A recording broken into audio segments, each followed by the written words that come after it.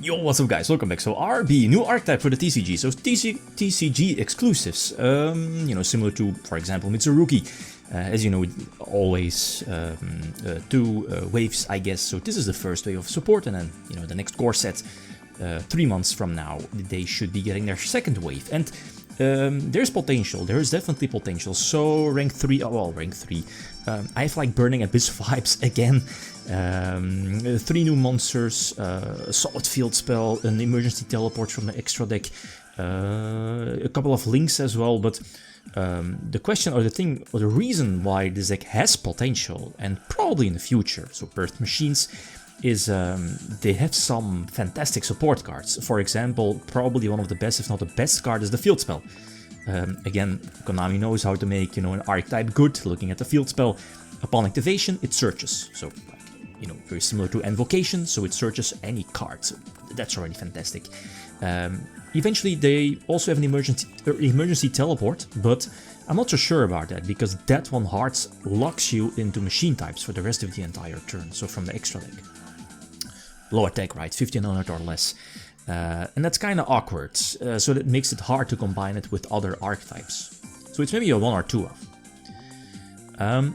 What else? A couple of links. They got a link 2, which, very similar to Sprite Elf, can reborn, but as soon as you use that reborn effect, it also locks you into, machines, low attack from the extra deck.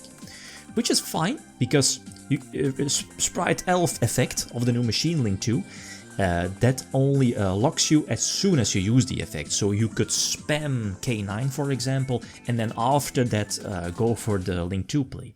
They also have a fantastic link 3 that searches, so it's really solid. The gimmick of the archetype is get the field spell face up as soon as possible, because whenever your or at least whenever your RB monster is are sent to the graveyard by a card effect, you can search one from the deck, so the field spell also becomes a hero lives. So again, fantastic. So the gimmick of is, let's say if your opponent activates a spell, you want to tribute, I think it's the level 4, right?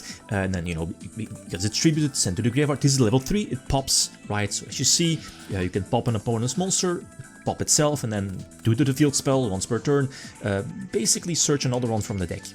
So, and this is the spell negator. So really nice. And that hero lives effect only works once. It took me a while to look out for or search another archetype that blends well together with this machine archetype. You have Cyber Dragon, there's options, but kind of awkward. Like Crystron's is not main decking this archetype. Sky Striker has potential because of the extra deck monsters, right? 1500 attack, but you're not main decking these in Sky Strikers, right? That deck doesn't need it. So Crystal Sky Striker, there's Cyber Dragon, but again, are you really playing this in Cyber Dragon, right? But K9 comes to mind. Obviously K9 as a splashable engine, but one of the biggest reasons is, first of all, here K9 has a built-in engine that fetches a continuous spell, continuous spell, and one of the, I guess maybe in the future, now, yeah, probably, is the link 1, the Clockwork link 1. Because that could potentially trigger your field spell as well, but most importantly sends the continuous spell away, search Clockwork Knight and go from there. And let's not forget, as I mentioned before, the link 1 also triggers the Clockwork Knight, could trigger the field spell. So that's why it definitely has a place. So there's more reasons, right? Rank 5, Disruption, it does so much. Plus, what's the Infinite Track? The rank 5 that searches any machine type from the deck, so it tutors the deck as well. So K9 pivots into your machine engine. So things go well together. So this works well combined to the other options I was trying out before. So let's see. Typhon caught me by surprise. We can play around Typhon. Because of the Clockwork, this is nice. I'm lacking 2 machines, and that's cool. The link 2 and link 3 only need generic machines. So, because of a Clockwork, all monsters on the field are machines, so I can basically use any 2 monsters, go for the link 2. The link 2 also searches a spell from the archetype, so either the field or the teleport.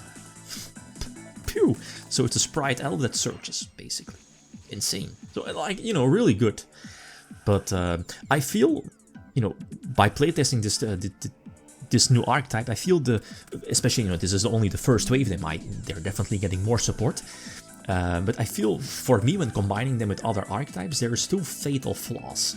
The first one is, of course, like the hard lock of the emergency teleport. I get why it also special summons from the extra deck. But, you know, that's awkward. Like, why doesn't it have the effect similar to the Link 2, that whenever at least you can pump out extra deck monsters first, like Cyber Dragon, Infinity or whatever, and then use your teleport? No, it just locks you for the entire turn. So that's awkward. And the second awkward thingy for this archetype is their special summoning effect from the hand. So it's either Cyber Dragon, so if you don't control any monsters, you can, you know, special summon them Cyber Dragon-like to the field, including the level 5. Or if you control monsters, all of them need to be RB monsters. So, you know, if you have like an Omnication or another boss that's not the archetype, they're stuck in your hand. Sure, you have the Link 2, that also potentially special summons from hand, but in most situations, you have to commit your normal summon if you have any monster on the field that's not your RB monster. So, you know, those nifty restrictions kinda makes it awkward to combine them with other archetypes, but I mean, it's still really strong. The field spell plays really well into Ash. Sure, they, you know, vomit a hand trap to the field spell like Ash, but it's still potentially hero lifts from the deck, so that's really strong. Alright, I mean, yeah, that's the thing. Oh, okay, yeah, other options, other engines like lefty, righty, driver, they do take up your normal summon. Consistency, not so sure about that. You could, I was running Engage at first. Engage and what is Hornet Drones and Widowhanger. Because, you know, Engage basically is a one-card Link 2 for machines, but I'm not so sure about that. It asks a lot of extra deck space and main deck space, and I don't think you need it. It feels a bit awkward. The thing is, though, is what is the Link 2 that we still don't have in it? Is it Camellia? The one that, what is it, if you don't have 3 spells in your graveyard, it's the Link 2 for Sky Striker. You can Foolish a spell when it's summoned. That makes it so that your dock, your field spell, only the field spell, with Sky Strikers that is, only the field spell makes it so that you can pump out 3 spells in the graveyard, thanks to Camellia. I think it's Camellia. Again, correct me if I'm wrong. You don't have it in the DCG, but that's pretty sick. Like, only dock the field spell to immediately vomit 3 spells into the graveyard, that's pretty decent. So anyway, like, you know, the nifty... pure, you only have... Your end board is far too weak. You only have 2 disruptions. 1 pop and 1 spell and trap negate. So, But I mean, the Link 3 searches every turn. The field spell is only once per turn. You know, it's activation, but it searches like a card or a monster, for example. It's a cycle that goes really well together. And the teleport also has, you know, protection effect on field by banishing itself from the graveyard. So it has potential. It really has potential. But I'm looking forward to the second wave, 3 months from now. But I mean, it depends on the second wave, obviously. It's not Mitsurugi power level, first wave.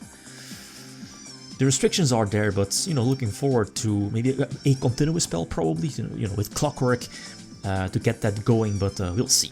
Okay, guys, that's it. Thanks for watching. Feel free to leave a comment or like if you enjoyed the video. Riddim signing out. Peace.